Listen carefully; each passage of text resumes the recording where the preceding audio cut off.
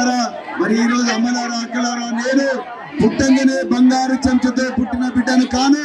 మీలాంటి పేద వర్గాల్లోనే గుడిసెల్లో పుట్టి 8వ తరగతి వరకు కూడా కరెంటు కూడా చూడలేని పరిస్థితుల్లో కందిళ్ళ వెలుతురులో గుడ్ల వెలుతురులో చదువుకొని ఇక్కడే పక్కనే ఉండే అలంపూర్ లో పుట్టి అచ్చంపేటలో చదువుకొని హైదరాబాద్ లో విశ్వవిద్యాలయంలో చదువుకొని మరి ఐపీఎస్ ఆఫీసర్ అయిన మిత్రులారా, బాబు ఐపీఎస్ ఆఫీసర్.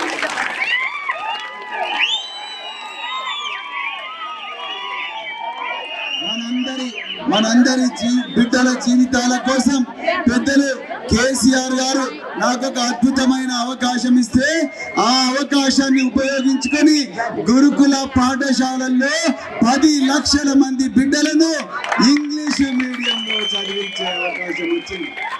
మీ అందరికీ తెలుసు, మన అమ్మమ్మలు కూలి పని చేసింది, మన తాతలు కూడా కూలి పని చేశారు. మనం కూడా మరి గాలిస్తే ఎగిరిపోయే గుడిసెల్లో బతికినాం, రేకుల షెడ్లలో బతుకుతున్నాం. ఇప్పుడు ఈ షెడ్ కిందికి వస్తే ఈ టెంట్ కిందనే చాలా మంది అమ్మలు చెప్పిండ్రు, నాయనా మాకు ఇల్లు లేదని, నాయనా మాకు ఒక ఇల్లన్నా ఇవ్వండి, ఏమి లేకపోయినా కనీసం ఇల్లన్నా ఇవ్వండి అనే పరిస్థితిలో ఇలా లక్షల పేదల కుటుంబాలు ఉన్నాయి. వీళ్ళందరి జీవితాలు మార్చాలని నా విలువైన ఉద్యోగాన్ని 7 సంవత్సరాల నౌకరి ఉండగానే 2,63,000 రూపాయల నెల జీతం వస్తుంటే కూడా దాన్ని వదిలేసి మీ అందరి కోసం రాజకీయాల్లోకి రావడం జరిగింది అమ్మగారు. అందుకొరకే దయచేసి ఒక్కసారి ఆలోచించండి. మనందరి బిడ్డల జీవితాలు బాగుండాలన్నా, మనందరి కుటుంబాలు బాగుండాలన్నా, మనందరి ఆరోగ్యం బాగుండాలన్నా మీరందరూ కూడా దయచేసి నాలాంటి వారిని ఒక్కసారి పార్లమెంటుకి పంపించండి.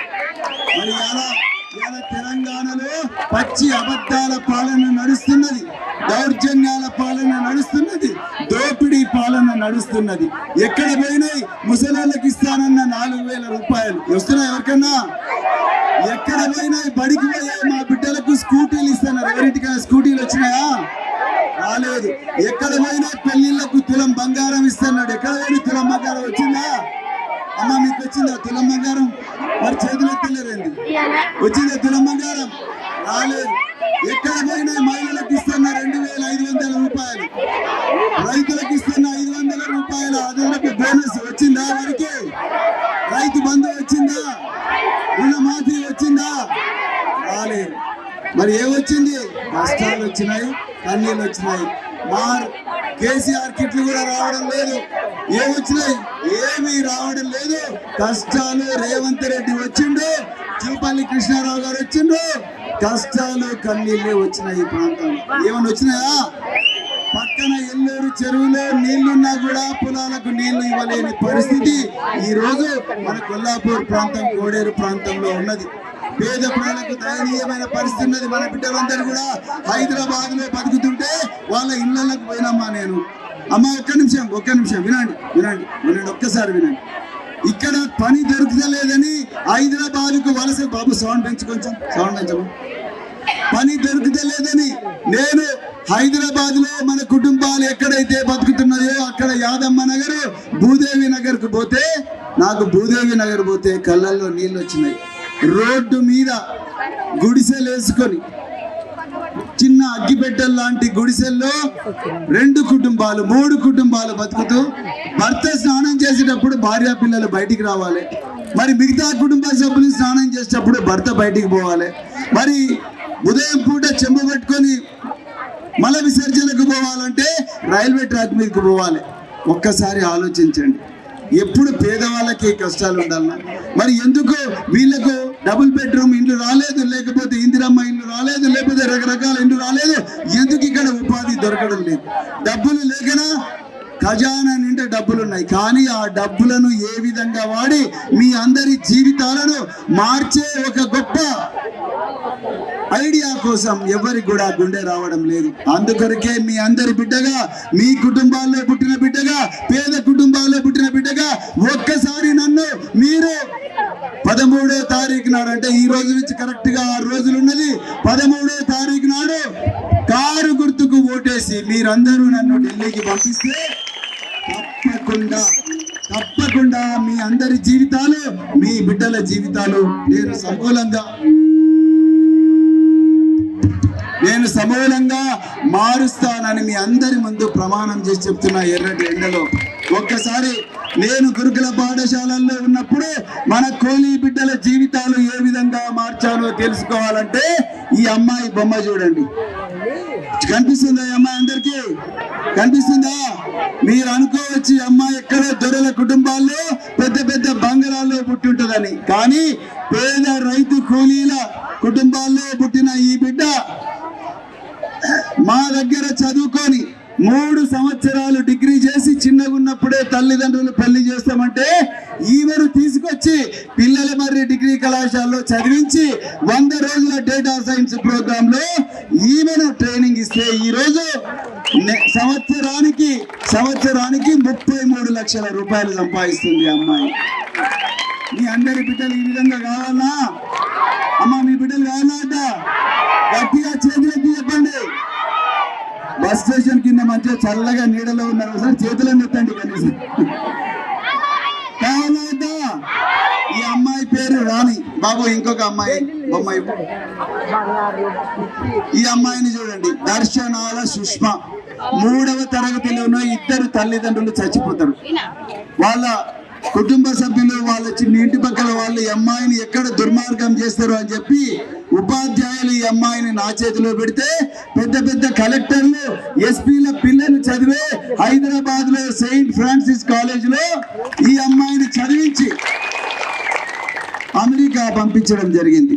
అమెరికా అంటే ఇక్కడ నుంచి దాదాపుగా 20,000 కిలోమీటర్ల దూరంలో ఉంటుంది. బస్సు మీద పోలేము, సైకిల్ మీద పోలేము, విమానం మీదనే పోవాలి. మీ దాంట్లో ఎవరైనా విమానం ఎక్కిండ్రా? ఎవరైనా ఎక్కినా? ఎక్కాలని ఉందా? ఎంతమంది కూడా విమానం ఎక్కాలని? ఎక్కికి ఎక్కలేనమ్మా, స్వర్గానికి ఎక్కి. అది అసాధ్యమైన కళ అనుకుంటున్నారు. నేను ఈ కూలీల బిడ్డలు విమానం ఎక్కించడం జరిగింది. విమానం ఎక్కించి అమ్మాయిని అమెరికా పంపిస్తే ఈ అమ్మాయి విమానం ఎక్కి 10,000 ఫీట్లు విమానం ఆకాశంలో ఎగురుతుంటే అక్కడ నుంచి అమాంతంగా కిందికి దొంకింది. 10,000 ఫీట్ల మీద నుంచి కిందికి దొంకిన ఎప్పుడైనా చేస్తాడు. కానీ ఈ అమ్మాయి పారాచూట్ సహాయంతో భూమి మీదకి దిగి మన భారతదేశం జెండా ఎగరేసింది. అమ్మగారు గట్టిగా చెప్పండి. ఈ రోజు ఈ అమ్మాయి అమెరికాలో కాలిఫోర్నియా రాష్ట్రంలో నెలకు 4 లక్షల రూపాయలు సంపాదిస్తుంది. ఇప్పుడు గట్టిగా చెప్పండి, కూలీ పనికి పోతే ఎంత వస్తుంది మీకు రోజుకు? 2, 5, 10, 2 రూపాయలు, 300 అంటే నెలకెన్ని? 9,000, 6,000 నుంచి 9,000. పని దొరికినప్పుడే పోతారు, పని దొరికినప్పుడు ఇంటికానే ఉంటారు కదా. కానీ ఈ రోజు మరి మన కూలీ కుటుంబాల్లో పుట్టిన ఈ బిడ్డను చూడండి. ఈమె పేరు శ్రావ్య.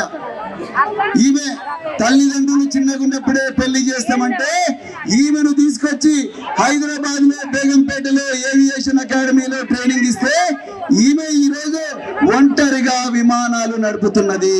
గట్టిగా చెప్పట్లు కొట్టండి. మరి మీ బిడ్డలు ఈ విధంగా కావాలన్నా? మరి కావాలంటే ఏ గుర్తు కొట్టాలి? మీరెవ్వరు చెప్తలేరు. అంటే ఇంకా కూలి పని చేయాలి, ఎర్రటి ఎండలో ఎండాలి, వానకు తడవాలి, మున్ను గుచ్చుకోవాలి, కాలుకు నడుము నొప్పి రావాలి, పారాసిటమాల్ టాబ్లెట్ వేసుకోవాలి, కంట్రోల్ బియ్యంతో అన్నం తినాలి అని అనుకుంటున్నారా? గుడిసెల్లోనే ఉండాలని అనుకుంటున్నారా? మరి మీ పిల్లలు ఏసీ రూమ్లలో ఉండాలనుకుంటున్నారా? మీ పిల్లలు కార్లలో తిరగాలనుకుంటున్నారా లేదా? మరి ఏ గుర్తు కొట్టాలి? మీ పిల్లలందరూ కార్లలో తిరగాలంటే దయచేసి వారం రోజుల తర్వాత వచ్చే ఓట్లలో ఏ గుర్తు కొట్టాలి? దేవుళ్ళు గుడ్డోళ్ళు కాదమ్మా, దేవతలు గుడ్డోళ్ళు కాదు. అందుకొరకే మీ బిడ్డగా వచ్చిన నన్ను ఆశీర్వదించి అన్నిటికన్నా 1వ నెంబర్లోనే నన్ను పెట్టడం జరిగింది. లోపలికి పోయిన వెంటనే పడదా అవతల ఇలాంటి మెషిన్లు 2 ఉంటాయి. మొదటి మెషిన్ లో అన్నిటికన్నా పైన ఉండే గుర్తు ఏంది? గట్టిగా చెప్పండి. ఆ కారు గుర్తు పక్కన ఒక మనిషి బొమ్మ ఉంటుంది. ఎవరిది? ప్రవీణ్ కుమార్. ఎట్లా గుర్తుపట్టచ్చు? గుండు ఉంటుంది.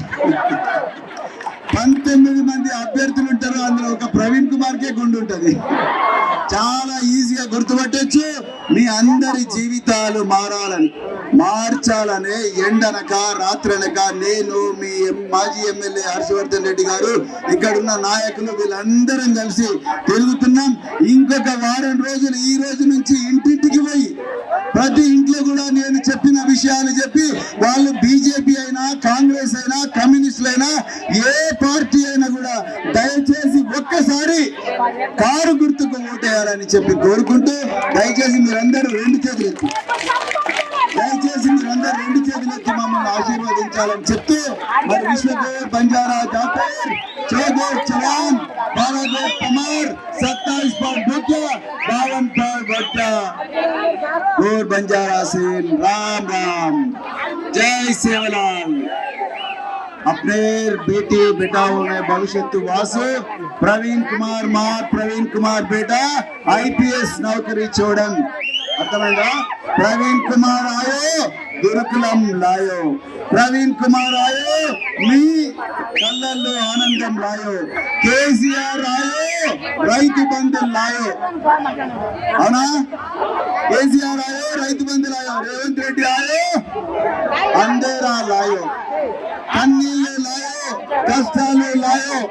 అందుకొరకే దయచేసి ఒక్కసారి మీరందరూ కూడా దయచేసి కారు గుర్తుకు ఓటేయాలని చెప్పి కోరుకుంటూ, ఇంత చక్కటి అవకాశం ఇచ్చిన మీ అందరికి కూడా మరొకసారి హృదయపూర్వక ధన్యవాదాలు చెప్తూ, జై తెలంగాణ, కారు గుర్తుకే, కారు గుర్తుకే.